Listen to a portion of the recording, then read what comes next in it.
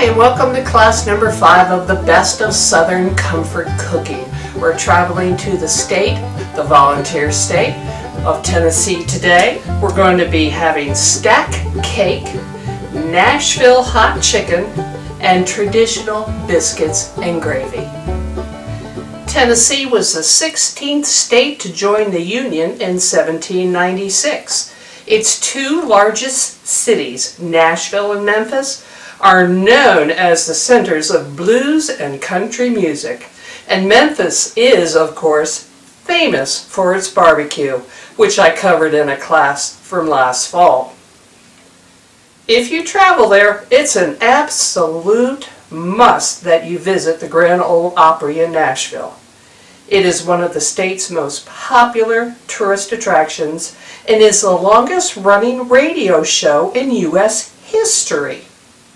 Secondly, you should absolutely visit Memphis. Future President Andrew Jackson founded the city of Memphis in 1819, along with John Overton and James Winchester. They named it after the ancient Egyptian city of Memphis, which means place of good abode. Memphis is also home to Graceland, Elvis Presley's former estate. It is one of the most visited private residences in America, second only to the White House. Great Smoky Mountains National Park is America's most visited national park and attracts over 9.5 million people every year. Well, if you visit any good down-home restaurant in Tennessee, you'll probably see one of the best desserts there, stack cake. Stack cake is a traditional cake from the Appalachian region consisting of multiple cake layers, usually 6 to 8, that are layered with dried apples, apple preserves, or apple butter. Since the cake is kind of dry, it needs that moisture and it needs to sit at least a day since it soaks up the filling and turns it moist and succulent. Several counties and places in Kentucky and Tennessee claim to be the place of origin for stack cake, the best known one being Harrodsburg, Kentucky, where the cake is said to first have appeared in 1774. But today, I'm going to give Tennessee the credit.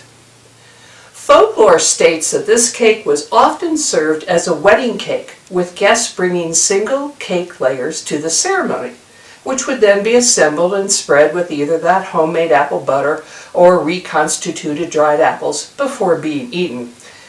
Unfortunately, there's a big problem with that recollection because once assembled, an apple stack cake absolutely has to rest for at least 24 hours. The longer, the better, for ultimate flavor.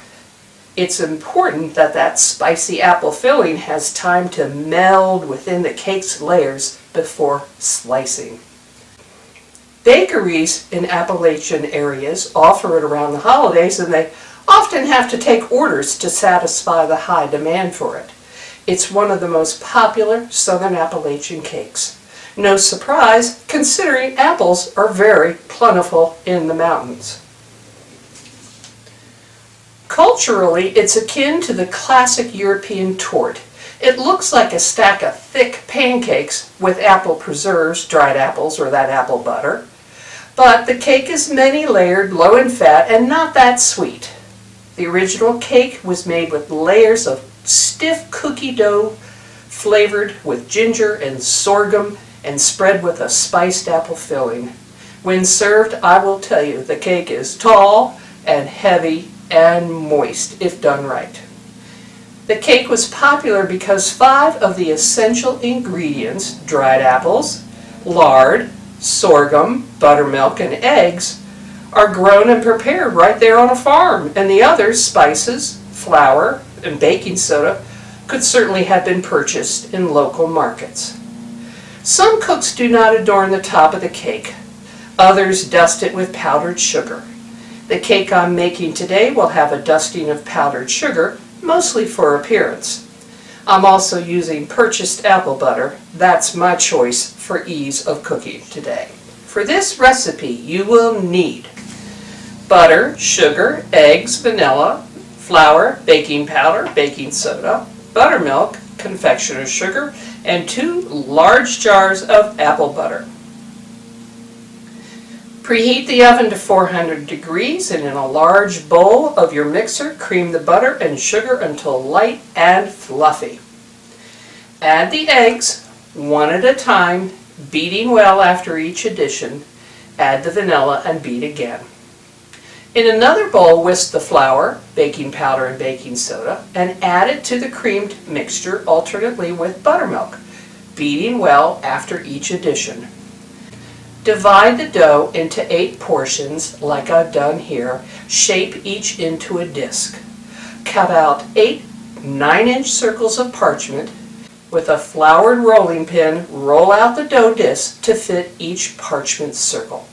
Now, I actually put a paper plate on top of each disc and trimmed it so that my layers would be perfectly 9-inch circles. Transfer to a baking sheet. Bake until golden brown, 10 to 12 minutes. My oven runs a little hot, so they were done at 9. Remove from the pans to wire racks to cool completely. Now to assemble. Place 1 layer on a serving plate, spread with a liberal layer of apple butter, and repeat until you're done. Top with that remaining cake layer and wrap tightly in plastic wrap and refrigerate 1 to 2 days until the layers soften. I think it was better after 2 days. If desired, sprinkle the cake with confectioner's sugar. I made a few cutouts of leaves and made the top really pretty. I think you should try it. It's a really pretty dessert to serve. Enjoy! Bon appetit!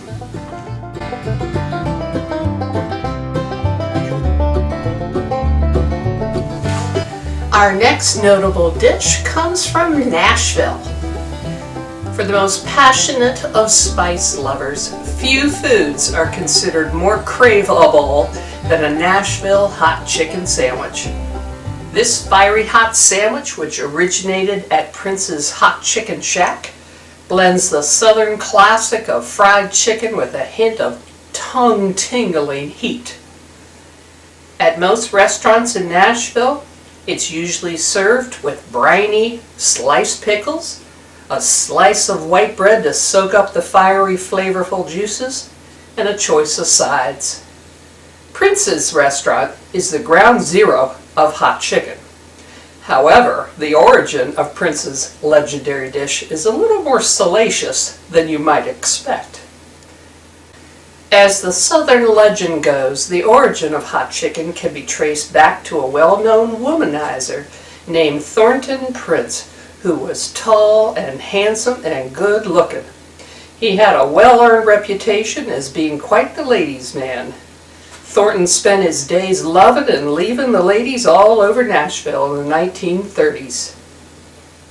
After stepping out one time on his steady girl one Saturday night, the next morning Prince was served up a plate of fried chicken that had been doused with hot pepper to teach him a lesson.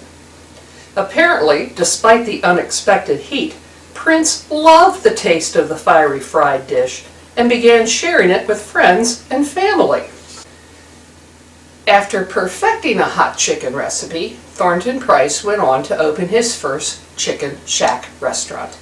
And in 1989, Andre Prince Jeffries continued the family's hot chicken legacy by opening the restaurant's iconic East Nashville location and renaming it the family name. There's really no secret in preparing hot chicken beyond a ton of cayenne. The fiery dish is typically prepared by marinating the chicken parts in buttermilk or pickle juice, breading them, deep frying them, and finally coating the chicken in a cayenne pepper-based sauce or paste. On any given day in Nashville, customers craving Prince's legendary chicken are likely to encounter a line wrapping around the building at all hours of the day and night. They don't do any form of advertising and just rely on word of mouth and a loyal customer base. Most people like fried chicken, but there is something very special about Nashville hot chicken. Restaurants do offer various levels of spiciness, but even the mildest variations are going to pack the heat. Today, Prince's offers heat levels including plain, mild, medium, and of course, extra hot. Some people say the flavor is complex with just a touch of sweetness that makes eating it a punishment and a joy at the same time. Some consider Nashville hot chicken the South's it dish, and Prince's hot chicken is considered one of the best, but it wasn't the first. Hot chicken actually originated in black neighborhoods. For a long time, people in the mostly white suburbs had no idea what hot chicken was in Nashville. For over 70 years, hot chicken was made and sold primarily in Nashville's black neighborhoods. And like most cities in the South, Nashville was severely impacted by Jim Crow-era laws and regulations, dividing neighborhoods with racial segregation. Many of the earliest hot chicken shacks got their beginnings in black neighborhoods. There's no secret recipe to making hot chicken. While the 24 or so different Nashville hot chicken shacks each have their own slightly different recipe, there isn't some classified blend of herbs and spices that distinguishes real Nashville hot chicken from an imposter. Nashville hot chicken simply consists of chicken parts marinated in buttermilk or pickle juice, breaded and deep fried to perfection before covered with that spicy cayenne pepper base stuff. There is, however, a right way to serve it. Nashville hot chicken is always served with a side of dill pickle rounds and served with a slice or two of white bread and always placed under the chicken to absorb the juices. In 2007, the mayor of Nashville decided to cement Nashville hot chicken as a signature dish of the city with, quote, the Music City Hot Chicken Festival, end quote. It is held every 4th of July weekend when it's really hot outside.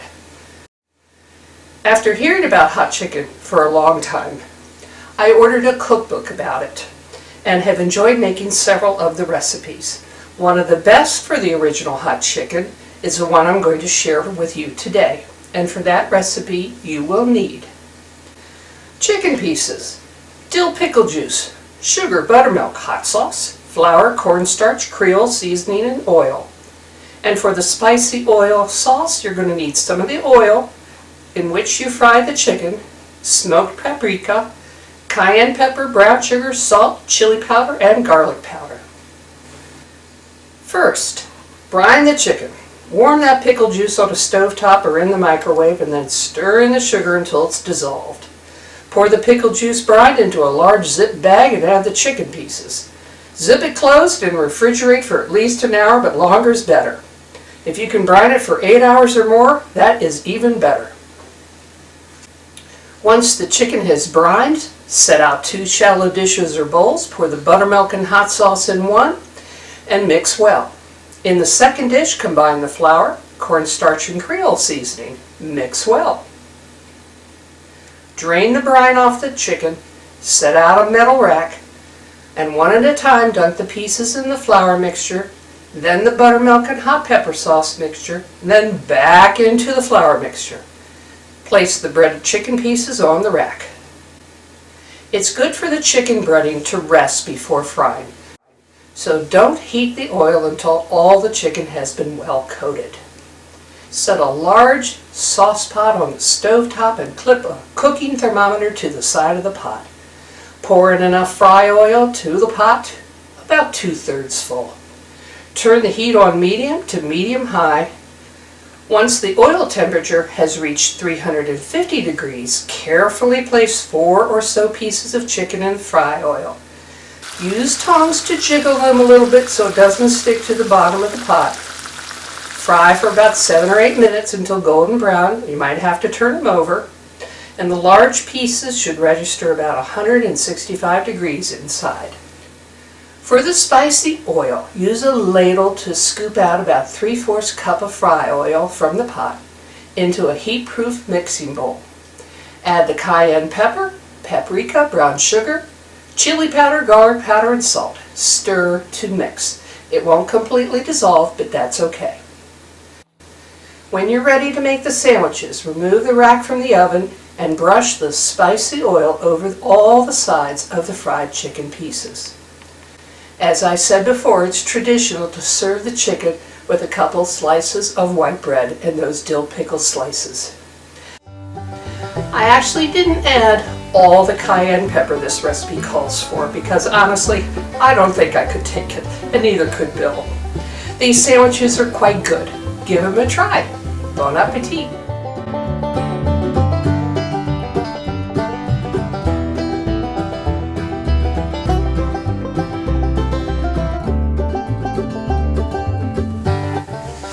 For our last Tennessee dish, we're going to go a little bit more traditional, cover a little bit of something I've done before. We're going to do biscuits and homemade pepper gravy. You cannot go to a southern restaurant in the South and not see biscuits and gravy on a menu.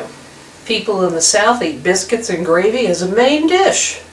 I've made biscuits before, and today I'm going to add just another traditional southern extra. Peppered gravy.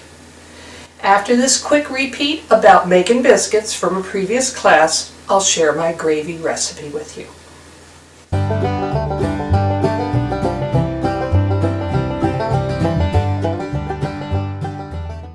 Homemade southern buttermilk biscuits. When you think of light, fluffy biscuits, you probably think of them as southern food. Biscuits just pair naturally with traditional southern fare like fried chicken, biscuits and gravy, and homemade jam. But biscuits like those we eat today in the U.S. are a fairly modern culinary creation. Throughout much of history, biscuits weren't at the center of hearty breakfasts or chicken dinners. They were hard and thin, durable, dry, and meant for survival. The word biscuit comes from the Latin word panis biscotus, which means twice baked. And so it's no coincidence that a biscuit is like biscotti, the cookies that actually are twice baked. Soldiers in ancient Rome received hard biscuits in their rations, and because they had no leavening agent or fat, they lasted a long time. In fact, hard biscuits of some type were the MREs, meals ready to eat, of military personnel for centuries and have been known by the names hardtack, ship's biscuit, sea biscuit, and pilot bread. Beaten biscuits, which could be considered the precursor of the modern southern biscuit, were only a little better than hardtack. They included fat like butter or lard, but still no leavening agent. So beaten biscuits remain flat and only slightly larger because the dough required 15 minutes of kneading or beating, and I do mean beating. This beaten biscuit has a long history in America. These short biscuits were a half step between the sturdy hardtack of yore and fluffy southern biscuits of today. Popular among sailors, beaten biscuits were known as sea biscuits in New England. The result was not exactly the moist and fluffy biscuit of most people's dreams, but topped with a little butter or used to soak up fat or pot liquor, they became much more palatable. Cooks whipped air into the flour and fat mixture by beating it repeatedly with a rolling pin or a hammer or a stick. The longer you beat them, the higher the final product would rise in the oven. Well, fast forward to the antebellum South. Biscuits were still tough and flat, and typically were only eaten in wealthy homes. Most people in the South at the time ate cornbread instead. Wheat did not grow well in the South, mostly because of the southern humidity and occasionally sandy soil, so they had no access to flour. Parts of the South were still an unsettled frontier when most of the more northern and eastern parts of the country were moving into the modern age with unheard of infrastructure such as roads and railroads. That lack of support in the South made moving imported goods like flour to the interior parts of these states problematic at best. Most mills in the South were great at grinding corn, but not at processing wheat, so only the rich could afford flour, which often had to be shipped a long ways away from the northern states. It wasn't until several 19th century innovations came along that we got what's now recognized as a Southern biscuit. First, better flour mills in the Midwest and increased wheat production dropped the price of flour enough that poor Southerners could also afford to buy flour. And second, the development of baking soda, baking powder, and all-purpose flour made it much easier to achieve a tall biscuit without all that physical effort needed for beaten biscuits. Of all the ingredients in a biscuit, it is the flour that makes the biggest difference, and the best flour for the task is made from soft winter wheat, finally able to be grown and marketed in the southern half of the country. Since 1883, a lot of people believe the gold standard for biscuit flour was White Lily, milled in Knoxville, Tennessee. It is from a soft wheat that has a much lower protein content than northern wheats. And that's important because it's the protein that leads to the development of gluten, the proteins that give dough its elasticity. You want a little gluten to give your biscuit structure, but too much gluten traps the fibers and doesn't allow the leavening to make the biscuit rise as much as you'd want. So I will be making a traditional Southern buttermilk biscuit today, so there will be no need for a hammer.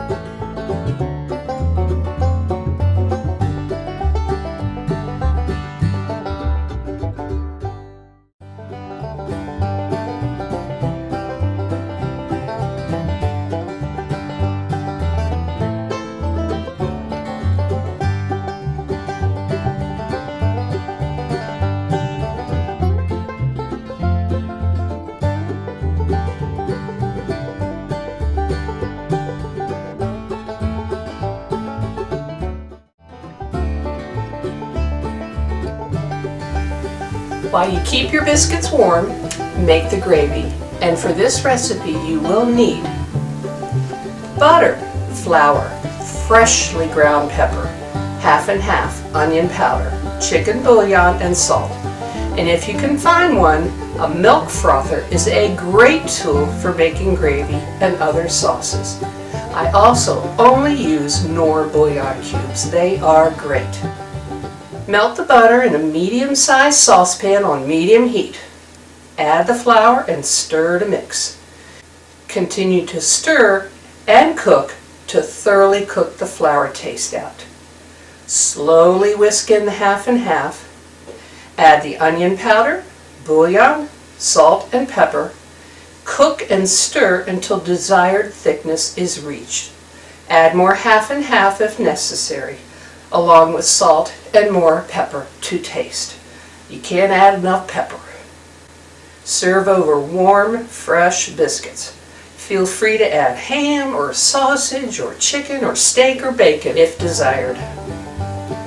For our class next week, our last class, we are going way south to Florida, where I'll talk about how to make a key lime pie and the history behind it, clam chowder, and an authentic Cuban sandwich. I hope you've had fun watching my classes so far and have tried making some of these delicious Southern classics. I'd like to tell you a little bit real quick about my fall class. I'm going to do something entirely different, not doing cooking at all. I'll be presenting some of the history behind card making in the world and in the United States in particular.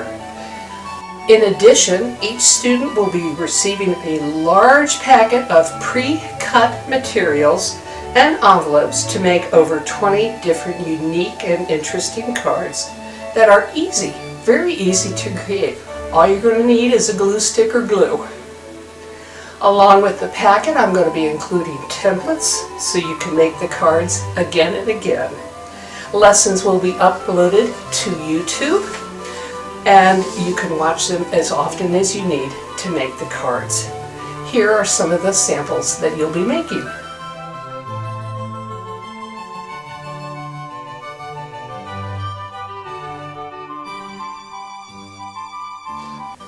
I hope you'll join me in creating some lovely cards for your friends and family. Until then, bon appetit. I hope you try the biscuits and pepper gravy. See you next week.